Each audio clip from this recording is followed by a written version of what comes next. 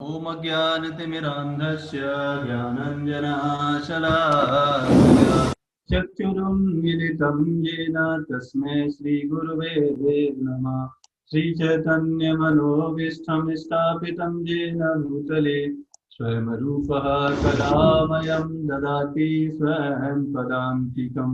वन्देऽहं श्रीगुरो श्रीयुतापदकमलं श्रीगुरुन् वैष्णवांश्च श्रीरूपं साग्रजातं सहिगणरघुनाथवितं तं सजीवं साद्वैतं सावधूतं परिजनसहितं कृष्णचैतन्यदेवं श्रीराधाकृष्णपादान् सहिगणललिता श्रीविशाखान्वितांश।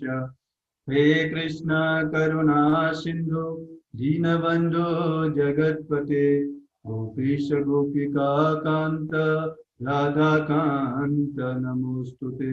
तप्त कांचन गौरांगी राधे वृंदावनेश्वरी वृषभानुसुते देवी प्रणमामि हरिप्रिये। वाञ्छाकल्पतरुभ्यश्च कृपा सिंधु च पतितानां पावनेभ्यो वैष्णवेभ्यो नमो नमः। जय श्री कृष्ण चैतन्य प्रभु नित्यानंद श्री अद्वैत गदाधर श्रीवासादि गौरभक्त वृंद। हरे कृष्णा कृष्ण कृष्ण हरे हरे हरे राम राम राम हरे हरे। हरे कृष्णा। तो आपका हार्दिक स्वागत। और आज हम भगवद गीता के फर्स्ट चैप्टर का 30वां श्लोक हम डिस्कस करेंगे। और आज हम डिस्कस करेंगे रियल सेल्फिशनेस होती क्या है। लोग सेल्फिशनेस को बुरा मानते हैं, लेकिन लोगों को ये भी नहीं पता कि सेल्फिशनेस होती क्या है। आज जब पता चलेगी सेल्फिशनेस, तो सेल्फिश होना चाहिए, है ना, लेकिन पहले पता होना चाहिए कि सेल्फिशनेस है क्या। अभी तक लोगों को भ्रांत धारणा है, इसलिए गलत समझते हैं सेल्फिशनेस को।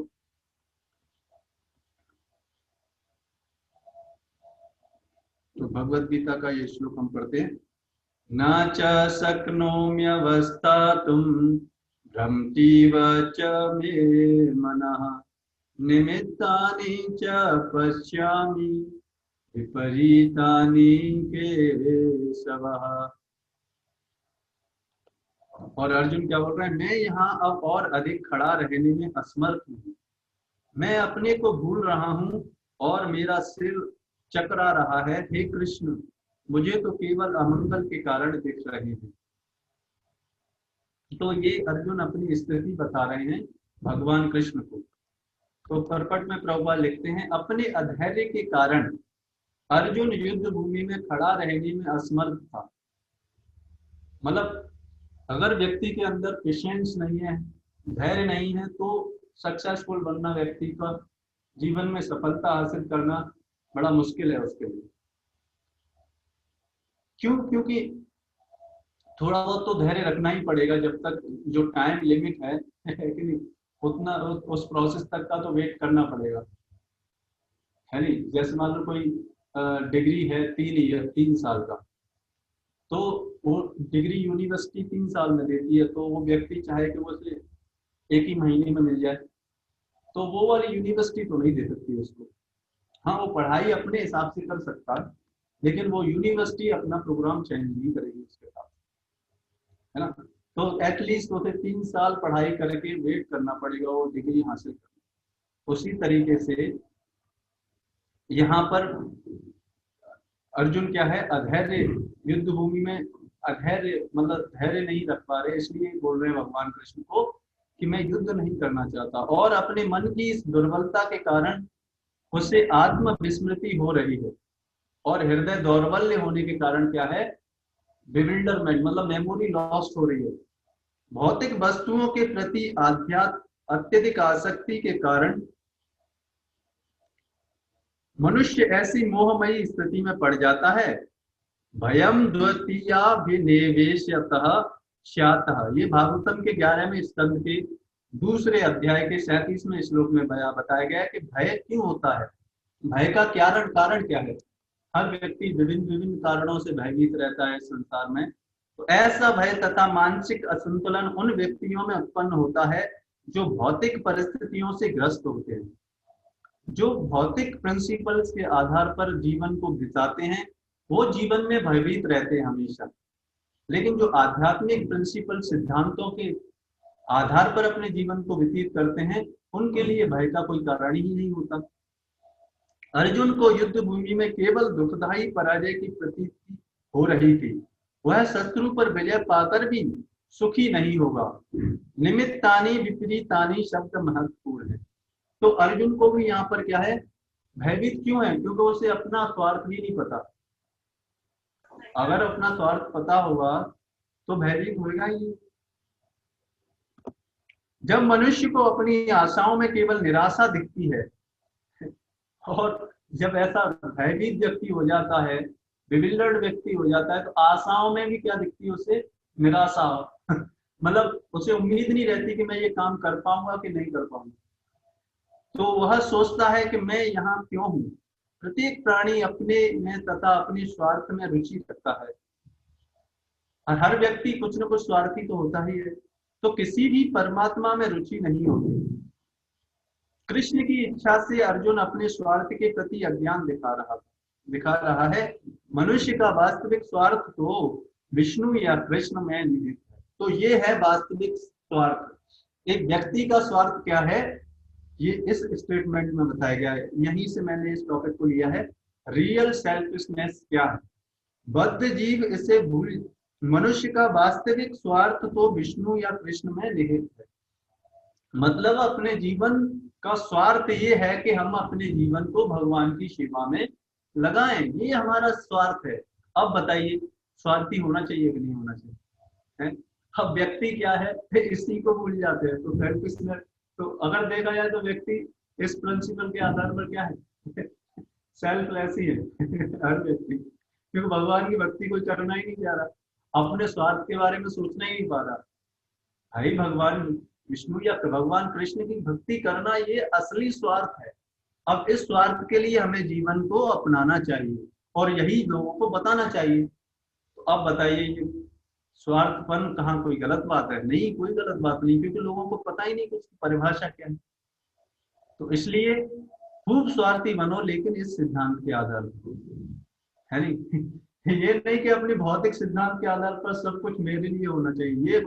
ये गलत भौतिक स्वार्थपन है। आध्यात्मिक स्वार्थपन होना चाहिए हमारे अंदर कि भगवान के भक्ति करें, हम भगवान विष्णु के लिए हम अपने जीवन को निर्वाह करें, भगवान कृष्ण की प्रसन्नता के लिए जीवन निर्वाह करें और दूसरों को भी यही बताएं। ये है क्या, सही स्वार्थ। और बद्ध जीव इसे भूल जाता है, लेकिन हम सब क्या है, भूल जाते हैं, इसलिए उसे भौतिक कष्ट उठाने पड़ते हैं। अब भूल जाते हैं इसलिए क्या है, इसलिए बताया गया है नित्यम भागवत सेवया। इसलिए डेली क्या होना चाहिए, सुनना चाहिए, आध्यात्मिक ज्ञान को डेली सुनना चाहिए। तो डेली सुनेंगे तो एक बार चलो नहीं चल पाएगा, लेकिन डेली सुनते रहेंगे तो एक ही चीज बार बार सुनेंगे, एक ही चीज बार बार सुनेंगे तो क्या हो जाता है, याद हो जाती है कोई चीज। तो फिर उसको जीवन में अपनाने का प्रयास भी करते हैं, क्योंकि पहले हमें याद ही नहीं हमें जीवन का स्वाद पहले पता ही नहीं और सुनना भी नहीं चाहते। अगर डेली सुनेंगे तो स्वाद पता भी चलेगा और धीरे धीरे पता चलेगा, तो फिर धीरे धीरे करके क्या होगा, हम उसको अपनाने का प्रयास भी करेंगे। इसलिए बताया गया है कि डेली जिस तरीके से हम खाना खाते हैं उसी तरीके से आध्यात्मिक ज्ञान भी हमको रोजाना, मतलब प्रतिदिन की जीवनचर्या में हमें इसे ऐड कर लेना चाहिए। अर्जुन ने सोचा कि उसकी विजय केवल उसके शोक का कारण बन सकती है। और अर्जुन क्या सोच रहे थे कि उसका वो अगर जीत भी जाएगा तो क्या ये हमारे संबंधी वगैरह नहीं रहेंगे। तो इस वजह से क्या है, अर्जुन इस गलत सोच रहा है। तो यहाँ पर हम तो स्वार्थी हो सकते हैं हमको, लेकिन स्वार्थ का डेफिनेशन किस के आधार पर होना चाहिए, ये इस स्टेटमेंट के आधार पर, मनुष्य का वास्तविक स्वार्थ तो विष्णु या कृष्ण में निहित है। अगर इस सिद्धांत के आधार पर नहीं व्यक्ति चलेगा तो फिर वो जीवन में भयभीत रहेगा ही रहेगा। और वो भय का कारण क्या है, वो भागवतम के 11वें स्कंद के दूसरे अध्याय के 37वें श्लोक में बताया गया है, जो कि प्रभुपाद ने इसमें परपट में कोट किया है। भय भयं द्वितीया विनिवेशतः स्यात् दिशादपेतस्य विपर्यो स्मृतिः तन्मायया तो बुधावजितं भक्ति कैसं गुरुदेवतात्मा। तो ये भागवतम का 11वां स्कंद बहुत ही इंपॉर्टेंट है, इसमें बहुत शिक्षाएं दी गई है हमारे जीवन के बारे में।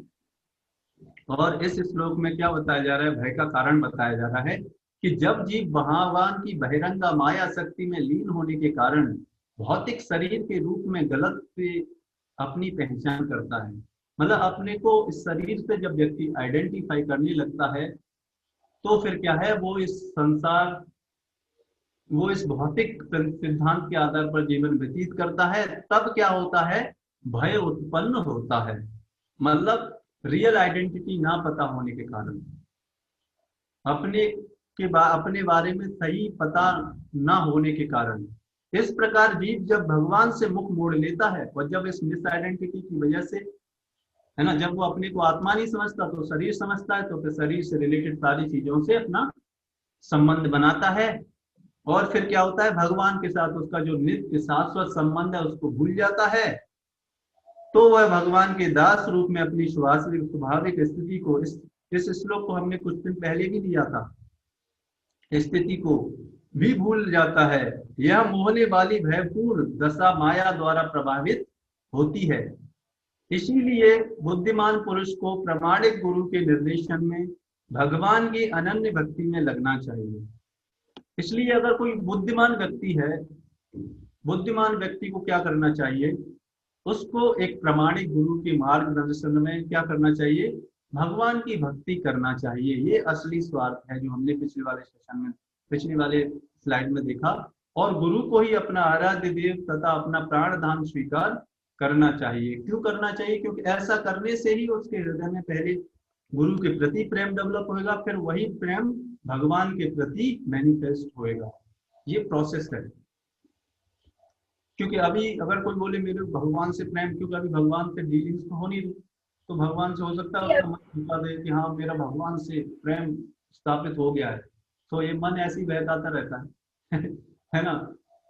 तो इसलिए बताया जा रहा है यहाँ पर, पहले प्रामाणिक गुरु के मार्गदर्शन निर्देशन में प्रशिक्षण लेना चाहिए भक्ति करने का। तो ये क्या होगा, तब हम आध्यात्मिक ज्ञान में स्थित हो जाएंगे, ये ज्ञान हमारे चरित्र में आ जाएगा, तो फिर ये भय और स्वार्थपन की वजह से जो हमें डर रहता है, ये सब खत्म हो जाएंगे। और अभी हम थोड़ा सा जो हमने बताया था कि कलयुग में जो कलयुग के सिम्टम्स के बारे में भी हमने ये सीरीज प्रारंभ की है, इसमें भी हम थोड़ा बहुत डिस्कस करेंगे। आज हमने भागवतम का इस सीरीज में 12वें स्कंद का दूसरे अध्याय का 3रा श्लोक, मतलब 2 श्लोक हमने कल डिस्कस किए थे, आज ये 3रा श्लोक है। ये भी बहुत इंपॉर्टेंट श्लोक है, और इसमें भी कलयुग के आने वाले कलयुग, अभी जो चल रहा है कलयुग, और आने वाले समय में कितना भयावह समय आने वाला है, वो आप सुनिए। भागवतम के 12वें स्कंद के दूसरे अध्याय के 30वें श्लोक में क्या बताया गया है, दाम्पत्ये अभिरुचिर्ये तुर्याये बबिहावारिके स्त्रीत्वे पुष्टुमे चाहे रतिर्विप्रस्य सूत्रमेवहि। तो इस श्लोक में क्या बताया गया है, पुरुष तथा स्त्रियां केवल ऊपरी आकर्षण के कारण एक साथ रहेंगे। तो आप देखो, ये लिविंग रिलेशनशिप जो हम कल भी बता रहे थे, इतने दिनों से हम थोड़ा थोड़ा बता रहे थे, ये लिविंग रिलेशनशिप क्यों इतना अभी आजकल, और ये बढ़ेगा ही बढ़ेगा। आप देखेंगे क्योंकि लोग रेस्पॉन्सिबिलिटी नहीं लेना चाहेंगे। तो इंडिया में भी काफी मतलब प्रभाव दिखा रहा है ये लिविंग रिलेशनशिप। तो यहाँ बताया जा रहा है कि कलयुग में क्या होगा, तो ये कलयुग का समय चल रहा है, और पुरुष तथा स्त्री केवल ऊपरी आकर्षण के कारण, ऊपरी आकर्षण मतलब केवल इस चमड़ी के सुंदरता के कारण, केवल इस शारीरिक आकर्षण के कारण ही एक साथ रहेंगे।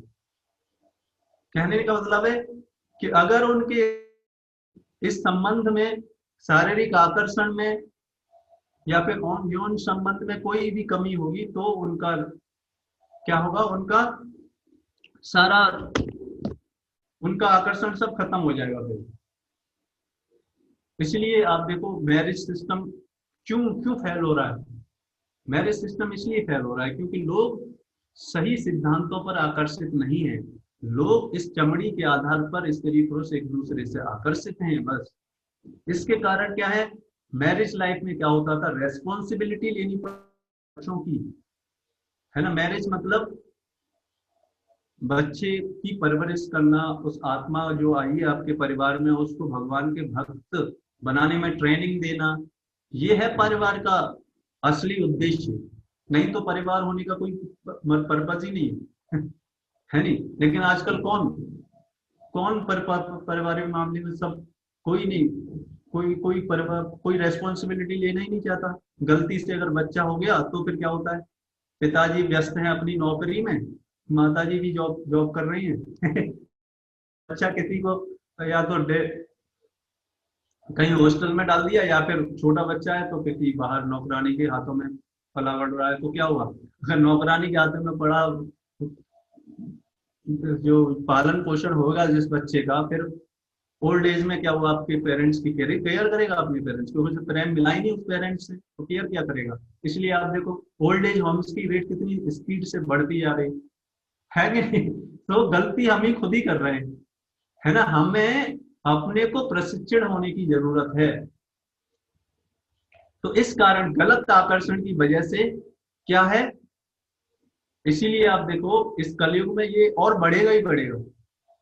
और व्यापार की सफलता कपट पर निर्भर करेगी, और व्यापार में एकदम चीटिंग प्रोपेंसिटी होगी, कोई कोई सत्यता नहीं होगी उसमें, एकदम मतलब पूरा कपटता से भरा होगा व्यापार। जो भी बिजनेस हम करेंगे उसमें पूरा चीटिंग प्रोपेंसिटी से चलेगा, कोई सिद्धांत उसमें काम नहीं करेंगे। जो भी मन में आएगा उतना प्रॉफिट वो कमाएगा, कोई स्टैंडर्ड काम नहीं करेगा उसमें तो आप देखो यही हो रहा है पुरुषत्व तथा स्त्रीत्व का निर्णय काम शास्त्र में उसकी निपुणता के आधार के अनुसार किया जाएगा और आप देखो कोई पुरुष या स्त्री की शक्ति किसके आधार पर, कि वो उसके अंदर सेक्सुअल पावर कितनी है। और यही इसलिए आप देखो कितना, मतलब कहने का मतलब है केवल इसके आधार पर ही सारा पुरुष और स्त्री के बीच में आकर्षण नापा जाएगा, स्टैंडर्ड सेट किया जाएगा। और ये हो रहा है आप देखो, और ये स्थिति और बढ़ने ही वाली है, ये कम नहीं होने वाली, क्योंकि ये कलयुग का समय है। और ब्राह्मण ब्राह्मण जनेऊ पहनने पर निर्भर करेगा तो ब्राह्मण मतलब इंटेलिजेंट क्लास के लोग, ब्राह्मण का मतलब है जो कि जिनसे कि लोग सलाह लेते हैं अपने जीवन के बारे में, जिनके जिनकी शिक्षाओं के आधार पर पूरा समाज चलता है। लेकिन कलयुग में कौन कैसे ब्राह्मण रह जाएंगे, केवल जनेऊ जो आप देखते हैं ना, जो धागा पहनते हैं, केवल उसके वो अगर कोई पहना होगा तो लोग सोचेंगे हाँ ये बहुत बड़ा ब्राह्मण है, ये नहीं देखेंगे उसके अंदर गुण क्या है। हमने साक्षात देखा है ऐसा, हमारे गाजियाबाद में एक हमारा स्कूल गाजियाबाद में हम जब रहते थे, तो वहां पे हमारे एक पड़ोसी थे तो उनके घर में जब कुछ श्राद्ध वगैरह होता था तो वो भक्तों को नहीं बुलाते थे मंदिर से, वो जो केवल जनेऊ पहनने वाले लोगों को अपने घरों में बुलाते थे खाना पीना भोजन खिलाने के लिए। और उनके अंदर कोई चरित्र नहीं होता था, बीड़ी पी रहे हैं, बाद में पान खा रहे हैं, सिगरेट पी रहे हैं, और यहाँ पे आके केवल जनेऊ पहने हुए हैं, बस इसके आधार पर हमने प्रत्यक्ष देखा है तो ये वास्तव में सही बात है। तो लोग गुण नहीं देखेंगे उस ब्राह्मण के, गुण है कि नहीं गुण, केवल जन्म के आधार पर, और केवल उसने धागा लपेटा है कि नहीं लपेटा, बस उसके आधार पर लोग सोचेंगे हाँ ये बड़ा पंडित है, उसके अब उसे ज्ञान है कि नहीं, उसमें गुण है कि नहीं, वो जो बोलता है उस पर करता कि नहीं करता, वो बुद्धिमान है कि नहीं, भगवान के बारे में ज्ञान देता कि नहीं देता। ये है ब्राह्मण के कार्य। ब्राह्मण के कार्य है भगवान के बारे में ज्ञान अर्जित करना और लोगों को बताना, ये कार्य ब्राह्मण का। ब्रह्म जानाति इति ब्राह्मणा, जो भगवान को जानता है और दूसरों को बताता है भगवान के बारे में, उसको बोलते हैं ब्राह्मण, ना कि जनेऊ पहनने के आधार पर। बट क्या है, लोगों में मूर्ख लोग हैं आज कलयुग में, तो वो भी क्या करते हैं, वो ऐसे लोगों को एक्सेप्ट कर लेते हैं। तो इसलिए ये कलयुग में बताया जा रहा है ऐसा होने वाला है, होने वाला के हो रहा है, और ये रैपिडली बढ़ने वाला है। कहने का मतलब ये है। तो ये सारी सिचुएशन है, तो हमें इनसे ये समझना चाहिए कि भक्ति के लिए ये ना सोचें कि कल करेंगे भक्ति, कल कर लेंगे माला, कल भगवत गीता पढ़ लेंगे, रिपोर्ट भी कल भेज देंगे, नहीं। आज ही, आज का कोटा आज ही करना है, कल के लिए ना छोड़ें, कल का पता नहीं क्या होने वाला है। ठीक है, तो हमने आज डिस्कस किया रियल सेल्फिशनेस क्या होती है, और भय का रूट कॉज क्या है, और कलयुग के कुछ सिम्टम्स, और जैसे स्त्री और पुरुष के बीच में आकर्षण केवल देहात्म बुद्धि के आधार पर ही होगा, काम शास्त्र में निपुणता के आधार पर होगा, और ब्राह्मणों का पहचान केवल उसके धागा लपेटने पर ही की जाएगी। और ऐसा हम देख रहे हैं, और इसी के साथ हम इस सेशन को यहाँ पर विराम करते हैं। और भी जानना चाहते हैं तो हमारा ग्रुप है जर्नी ऑफ सेल्फ डिस्कवरी, उस पर आप ज्वाइन कर सकते हैं, और भी इस तरीके के सेशंस में आने के लिए, फिर और पर्सनल गाइडेंस के लिए, उसमें और ज़्यादा आप समझ सकते हैं इन सारी चीज़ों से, है ना। तो इस तरीके से हम इसको, आज के सेशन को हम यहीं पे विराम देते हैं।